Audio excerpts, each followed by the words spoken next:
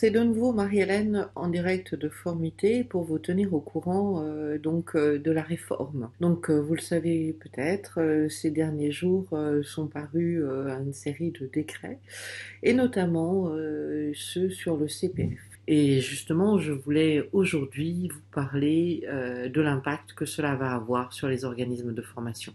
Donc, ce qu'il faut savoir sur le CPF, c'est que la conversion aura bien lieu au 1er janvier 2019, mais on ne connaît pas au jour d'aujourd'hui le taux de conversion. Voilà, ça reste une inconnue, mais par contre, ce qu'on sait déjà, c'est qu'il y aura probablement une période de transition toute l'année 2019 où les droits à CPF continueront à être gérés par les OPCA, enfin les OPCO.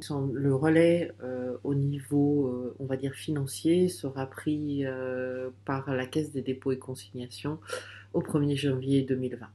Il n'en reste pas moins que les attributions de 500 € seront faites à compter du 1er janvier 2019.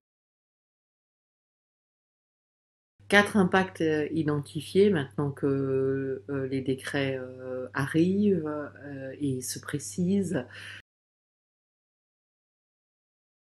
Le premier impact, bien sûr, on en avait parlé, souvenez-vous, lors du webinaire, c'est cette manne en fait qui va diminuer puisqu'on avait des conversions jusqu'à 60 € de l'heure en fait précédemment, ce qui faisait pour, je dirais, une centaine d'heures de CPF à l'époque, ça vous faisait à peu près 6 000 €, non pas à peu près, mais exactement 6 000 €. Et donc ça change en fait. Désormais, l'attribution annuelle, elle ne sera plus que de 500 €.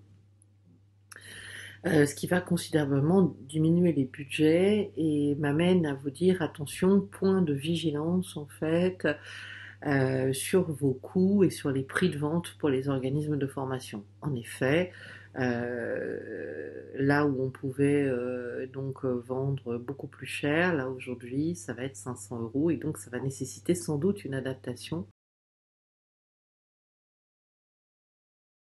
Nous, la solution qu'on a identifiée chez Formité, bien sûr, c'est de passer sur du e-learning, ce qui permet de diminuer largement les coûts.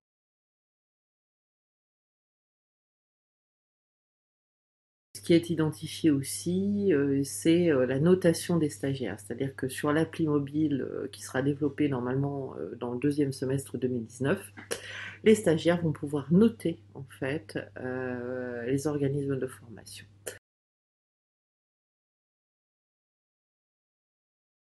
En fait, sur cette appli mobile, tous les organismes de formation seront présents. C'est donc sur le marketing, en fait, il va falloir se démarquer.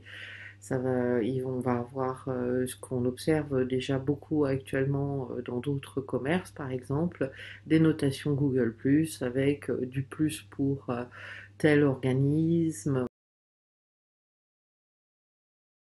Un point de vigilance sur la qualité, mais il est vrai qu'on normalement, si on est encore là, on fait quand même une certaine qualité, mais obtenir des notes et des notations correctes et aussi se mettre en avant, se démarquer sur l'appli mobile.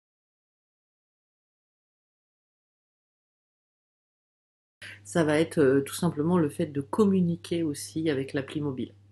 En effet, les personnes pourront s'inscrire directement depuis l'appli mobile. Donc, le troisième point de vigilance, c'est quid de l'interfaçage avec l'appli mobile? Comment est-ce que les inscriptions vont arriver jusqu'à l'organisme de formation et comment elles vont se faire et comment est-ce que nous, on va réussir à les incorporer? Je parle notamment, bien sûr, pour les organismes de formation qui ont du volume à gérer.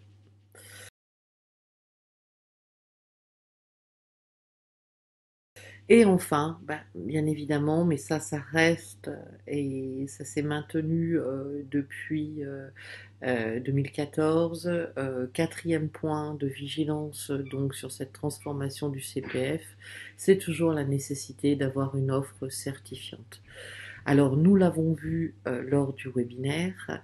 Il y a donc des modifications aussi, non pas sur le RNCP, mais surtout sur l'inventaire, qui va devenir la liste d'éligibilité.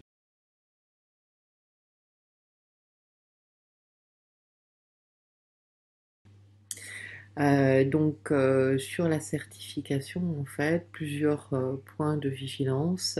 Bon, d'abord la CNCP qui va être incorporée dans France Compétences. France Compétences dont on ne sait pas encore au jour d'aujourd'hui très nettement comment sera faite la gouvernance. On a quelques indications, mais en tout cas voilà. Donc ça, il risque d'y avoir notamment une première perturbation du fait de l'incorporation par France Compétences de la CNCP.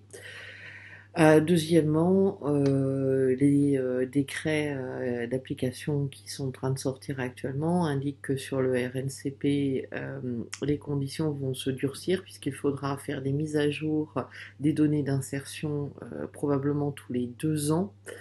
Ce qui durcit encore, hein, puisque jusqu'ici, en fait, le RNCP a été attribué pour 3 ou 5 ans et l'actualisation a été faite lors du renouvellement.